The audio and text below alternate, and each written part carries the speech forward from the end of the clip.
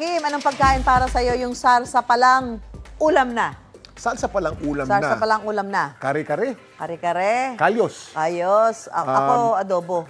Ay, adobo. Mechado. Saka sinigang. Kahit na walang laman yan, basta yung salsa ng mechado. Saka sinigang. Yan. Alam mo, Susan, kasi sa Romblon, may hipon daw na mas try dahil salsa pa lang, malinamnam na. Ba? Ano kaya ang lasa?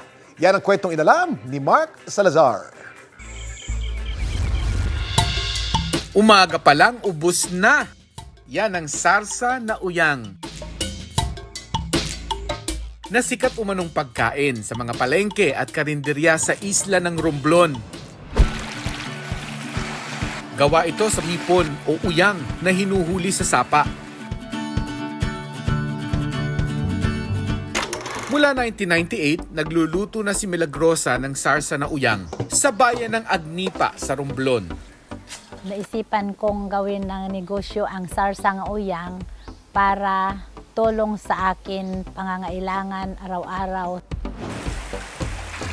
Bukod sa panghuhuli ng uyang sa sapa, nakasalalay raw ang masarsang lasa nito sa gata ng niyog. Ang proseso ng paggawa ng sarsang uyang, una, akyat ng batang niyog, tapos balatan, tapos kudkurin, iwasan nga mahulugan ng dumi. Mabalat ng uyang, tapos lagyan ng panglasa, loya, sibuyas, bawang, siling labuyo, at saka asin. Tapos dikdikin. Tapos ng pagdikdik, ilagay sa planggana at saka balutin ng dahon ng niyog. Ilagay sa kaldero at saka lagayan ng gata bago lutuin. Pakukuluan ito sa loob ng 2 oras at patutuyuin ng maghapon. Bukas ng umaga, saka ilagay sa basket at ibinta sa bayan.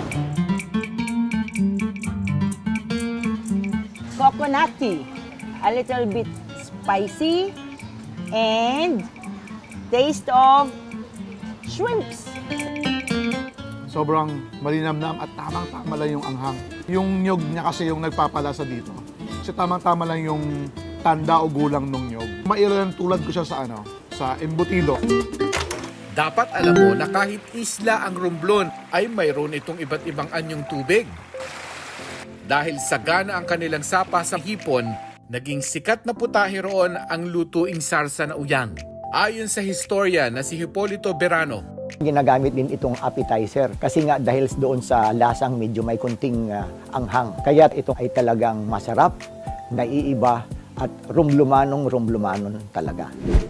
Ibinebenta ni Milagrosa ang sarsa na uyang sa halagang 10 piso kada piraso. Kahalagahan sa akin ng negosyong ito, sa akin pamilya, ay nakaka-aral ako ng akin anak, nakakabili ako ng mga gamit namin sa loob ng bahay, sa aming pagkain pang araw-araw.